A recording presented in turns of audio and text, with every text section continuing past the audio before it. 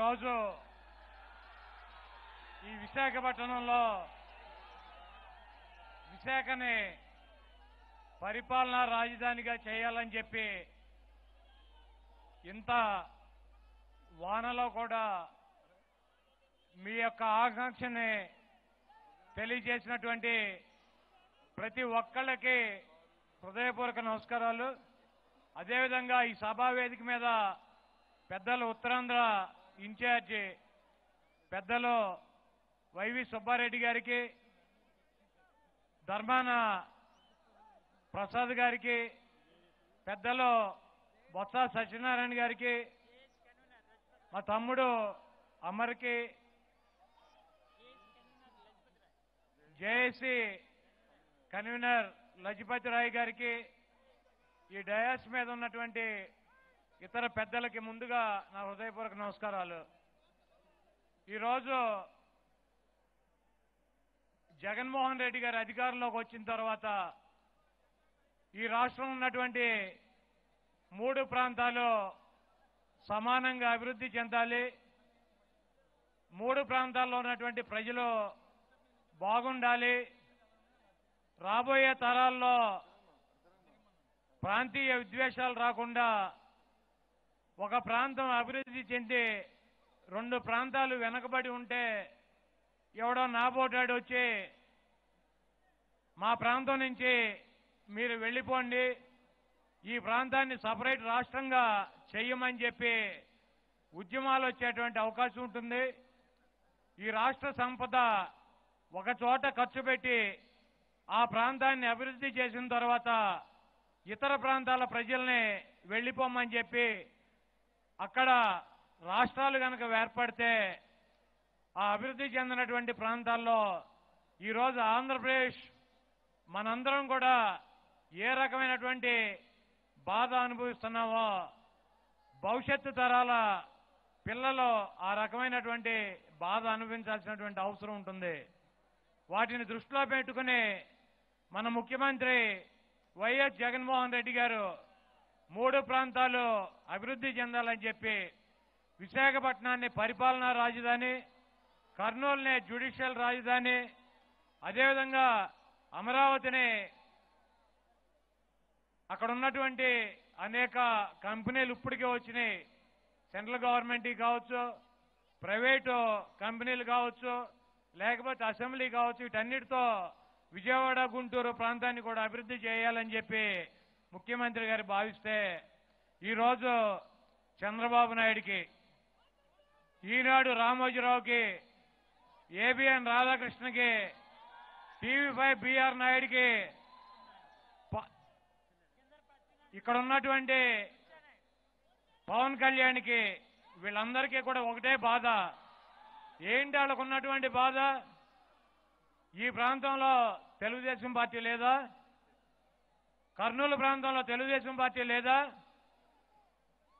లేకపోతే ఈనాడు, ఆంధ్రజ్యోతి, టీవీ5కి ఇక్కడ టీవీ ప్రసారాలు పేపర్లు అమ్ముకోవట్లేదా? లేకపోతే ప్రియా పత్రాలు అమ్ముకోవట్లేదా? లేకపోతే పవన్ కళ్యాణ్ ఈ ప్రాంతాల్లో సినిమాలు రిలీజ్ చేయట్లేదా? ఒక్క అమరావతి ప్రాంతంలోనే 2-3 జిల్లాల్లోనే వీళ్ళు వ్యాపారాలు, రాజకీయ పార్టీలు నడుపుకుంటున్నారా?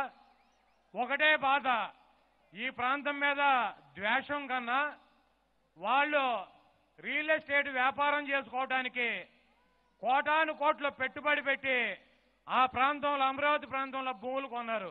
30 లక్షలు 40 లక్షల రూపాయలకి కొన్ని వేల ఎకరాలు ఈ తెలుగుదేశం పార్టీ చంద్రబాబు నాయుడు ఆధ్వర్యంలో ఈ రామోజీరావు, రాధాకృష్ణ, బిఆర్ నాయుడు, పవన్ కళ్యాణ్, తెలుగుదేశం పార్టీకి సంబంధించినటువంటి ప్రతి నియోజకవర్గ లీడర్ కూడా ఆ ప్రాంతాల్లో పొలాలు కొనుక్కున్నారు. జగన్మోహన్ రెడ్డి గారి ముఖ్యమంత్రి అయ్యేటప్పటికి గ్రాఫిక్లు చూపించి 40 లక్షల పొలాన్ని 4 కోట్లకు తీసుకువెళ్లాడు. చంద్రబాబు నాయుడు ముఖ్యమంత్రి అయితే ఆ ప్రాంతంలోనే 1.5 కోట్లు పెట్టి అభివృద్ధి చేస్తే ఆ ప్రాంతం బాగా అభివృద్ధి చెందితే వీళ్ళు 40 లక్షలు పెట్టి కొనుక్కున్నటువంటి భూములు ఎకరం 10 కోట్లు, 12 కోట్లు, 15 కోట్ల రేట్లు పెరిగితే ఒక్కొక్కడు 100 ఎకరాలు కొన్నారు. 100 ఎకరాలు 40 కోట్లు పెట్టి కొన్నారు.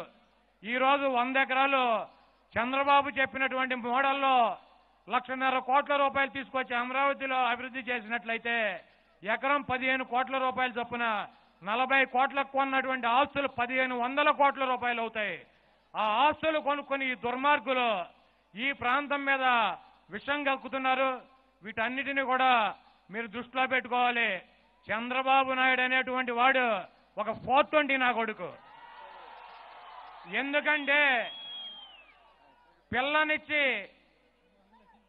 పిల్లనిచ్చి పార్టీలో చేర్చుకున్నటువంటి మహానుభావుడు ఎన్టీ రామారావుని పదవి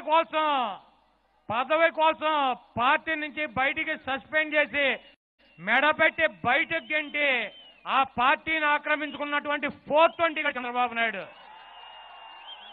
ఎన్టీ రామారావు కుటుంబంలో ఉన్నటువంటి జూనియర్ ఎన్టీఆర్ని కానించి ప్రతి ఒక్కళ్ళని కూడా వేధించి వాడి కొడుకు కోసం ఈ 210 గడి లోకేష్ కోసం ఆ పార్టీని వాడికి అప్పచెవటానికి వాళ్ళందరినీ కూడా బయటికి గెంటుతున్నటువంటి 420 గడి చంద్రబాబు. కాబట్టి చంద్రబాబు నాయుడికి ప్రేమ, దయ, దాక్షిణ్యం అటువంటి ఏముండో వాడి పార్టీ, వాడి కొడుకు వీటి గురించి ఆలోచించేటువంటి పరిస్థితి ఉంటుంది. కాబట్టి ఉత్తరాంధ్ర కానీ, రాయలసీమ కానీ, అమరావతి ప్రాంతంలో ఉన్నటువంటి ప్రజల మీద అతనికి ఏమీ ప్రేమ లేదు. ఒకటి అతను కొన్నటువంటి అతని తాలూకా కొనుక్కున్నటువంటి ఆస్తుల్ని పెంచాలన్నటువంటి ఉద్దేశంతోనే ఈరోజు కోట్ల రూపాయలు ఖర్చు పెట్టి పాదయాత్ర రూపంలో మీ దగ్గరికి వస్తున్నారు. మిమ్మల్ని నాశనం అయిపోవాలని చెప్పి గుళ్ళు గోపురాలు తిరుగుతా వీటన్నిటినీ మీరు గమనించాలని చెప్పి ఈ ప్రాంతంలో ఏబిఎన్ కానీ, టీవీ5 కానీ, ఈనాడు కానీ ఈ 3 పేపర్లో టీవీలని ఉత్తరాంధ్ర ప్రజలు బ్యాన్ చేయాలని చెప్పి, తెలుగుదేశం పార్టీని, జనసేనని బ్యాన్ చేయాలని చెప్పి మీరు ఎవరూ కూడా వాళ్ళ పేపర్లు కొనొద్దు, వాళ్ళ టీవీలు చూడొద్దు. మీ ప్రాంతంలో ఉన్నటువంటి కేబుల్ ఆపరేటర్లతో మాట్లాడి వాళ్ళ ప్రసారాలను కూడా ఈ ప్రాంతంలో నిషేధించి కుక్క ఘాటికి చెప్పు దెబ్బని వీళ్ళ ఐదుగురికి మీరు కొట్టేటువంటి చెప్పు దెబ్బకి మూతి పగిలిపోయి ఇంకొకసారి ఈ ప్రాంతం ఇంకా చూడాలంటే భయపడేటట్టు చేయమని చెప్పి మీ అందరికీ కృష్ణా, గుంటూరు జిల్లాలకు సంబంధించినటువంటి మాకెవరికే బాధ లేదు. మీ ప్రాంతం నుంచి కూలీ పనులకి, ముఠా పనులకి, తాపీ పనులకి వచ్చి గుడివాడ నా నియోజకవర్గంలో 10,000 మంది తూర్పాళ్ళు జీవిస్తున్నారు. వాళ్ళ జీవన పరిస్థితులు ఎలా ఉన్నాయో మనందరం కూడా చూసాం.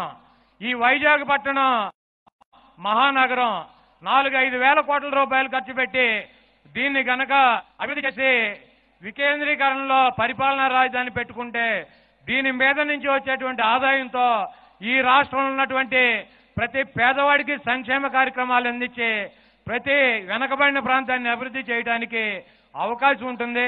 కాబట్టి మీ అందరూ కూడా ముందుకొచ్చి ఇంత వాన్లో కూడా ఈ సభని, ఈ పాదయాత్రని జయప్రదం చేసినందుకు మీ అందరికీ చేతులు జోడించి నమస్కారం తెలియజేస్తూ సెలవు తీసుకున్నాను. హాయ్ ఫ్రెండ్స్, మా టుడే టుమారో యూట్యూబ్ ఛానల్ చూస్తున్నందుకు చాలా థ్యాంక్స్. మరిన్ని లేటెస్ట్ వీడియోస్ కోసం వెంటనే సబ్స్క్రైబ్ చేయండి. అలాగే ఈ బెల్ ని కూడా రింగ్ చేసేయండి. మా నోటిఫికేషన్స్ అన్ని మీ మొబైల్లో వస్తాయి. అలాగే మా వీడియోస్ మీకు నచ్చితే లైక్ చేయండి, షేర్ చేయండి, నచ్చకపోతే కామెంట్ చేయండి.